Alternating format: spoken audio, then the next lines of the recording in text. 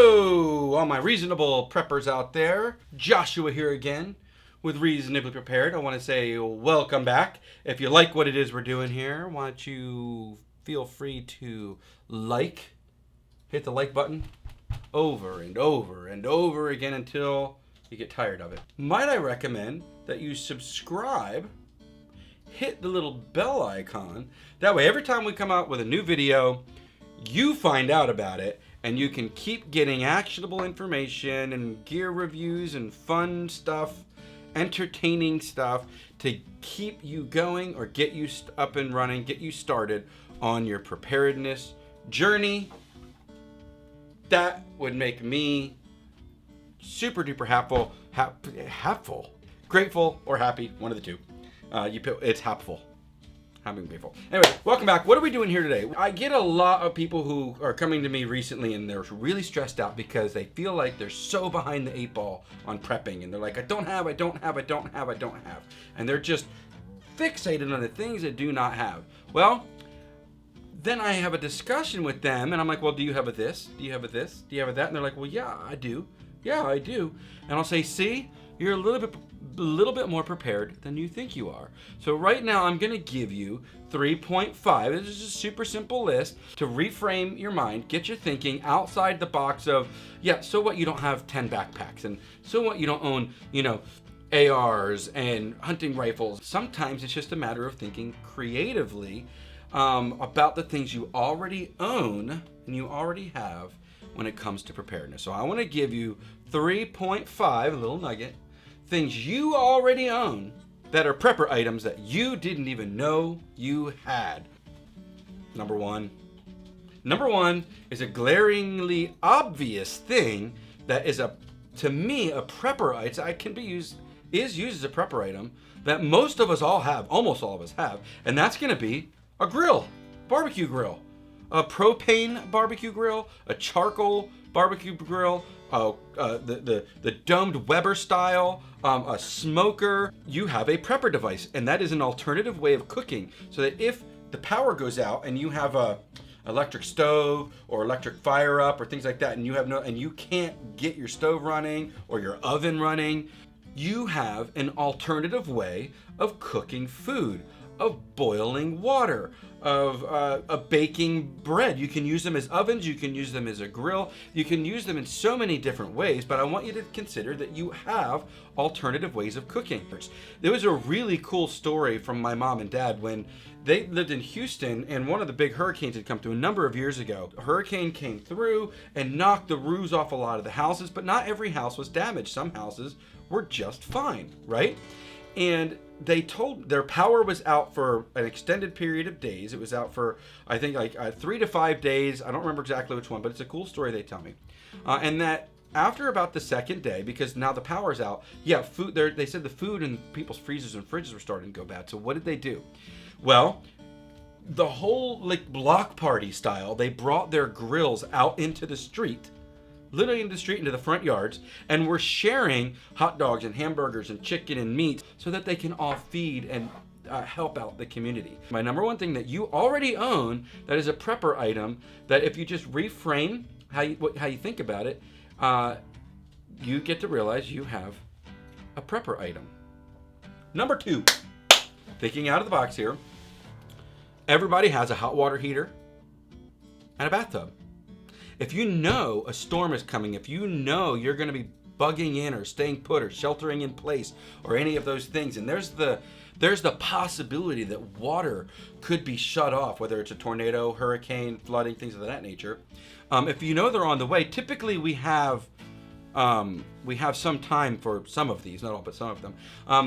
Just go up to your bathtub, hit the plug, open that water, and fill that bathtub up. If you've got more than one bathtub, fill them both up.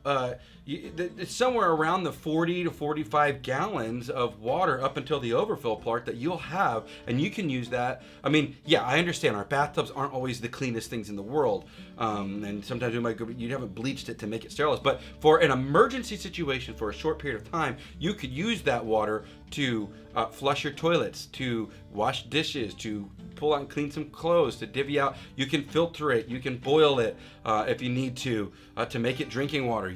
you could cook with it. But let's just say you got a 40-gallon hot water heater, and then you got 40 gallons in a bathtub. That's 80 gallons of water that you've got stored. And if you're a family of 80 divided by 4, you're looking at 20 gallons per person right there. That is enough to get you through a short period emergency of a few days, right? And if you've already got water stored and you're just using this to supplement, that just gives you all the more water, because trust me, water is a source of life. You can't have too much water. Also consider that they make these things for your bathtub. I'll put a link, or I'll put a picture of it here. It's like a bathtub water bladder. And I'll put a link in the description below, because they sell them on Amazon, that actually enables you to use the entirety of the bathtub instead of just up to the fill part bladder. Yeah, here's a 100-gallon one for $35. You've got another one here, the Aquapod it's called. These aren't sponsors. They're just literally on Amazon. I'm looking, and I'll put links in the description to all of these. Here's an Aquapod. And that also keeps it so that the things aren't getting into the water. It's just storing up your drinkable tap water you already have in the event of an emergency. So, number 2, thing that you own that is a prepper device that you didn't even know you had, your hot water heater and your bathtub. What is number 3? Boom! Number 3. Before I get into number 3, first, a word from our sponsors.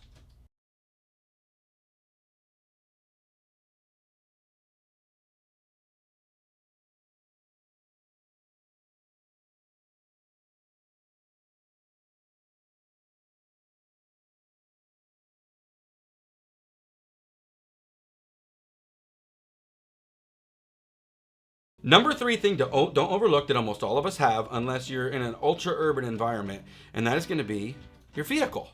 Hey, don't overlook your vehicle. Look, as preppers, we like to talk about bug out vehicles, and don't make the mistake of thinking that you need a giant 4x4 off-road behemoth or a Jeep or a Hummer or even a large truck to utilize your vehicle as a preparedness device. And you will need to do some doctoring up to it. Okay, what I mean is you'll want to stock it a little bit.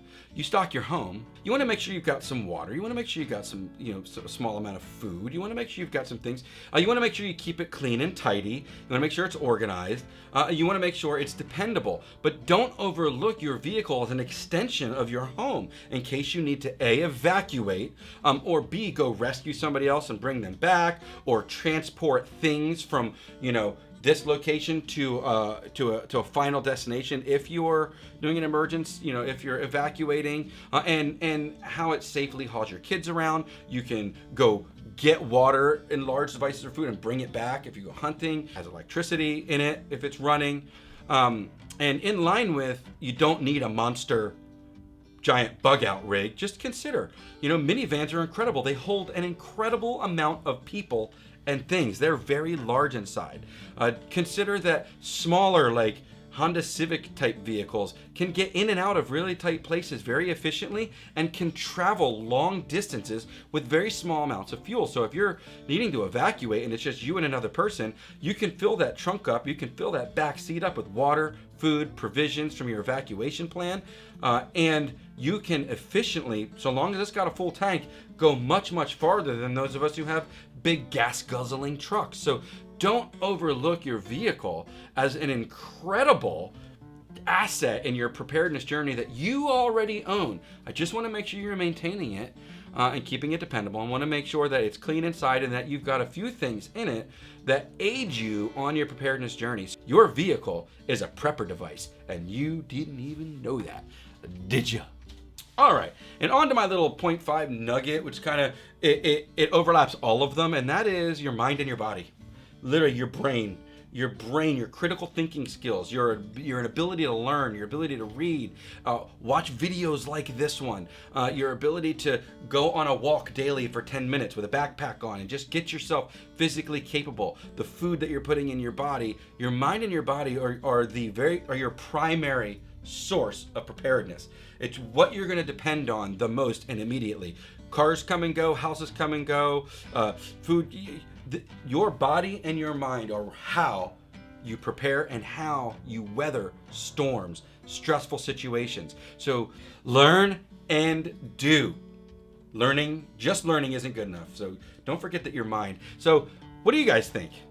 What am I missing? Not even what am I missing. This is just a starter point to get your creative gears going. What other items do you own right now, or do all of us own that are just kind of inherently baked in, could be prepper items as well, and we need to think of them in a new light and not take for granted that we have them and we can use them in other ways. You tell me in the comments below. Give me other creative things that we already have that are awesome preparedness items and will aid us in an emergency or grid down situation or long-term that will help, that are benefits, that are assets to us in an emergency. Leave that in the comments below, and I look forward to hearing from everybody about this stuff. And be generous and think creatively. And once again, and let me tell you, just because you're prepared does not make you paranoid. Blessings to all.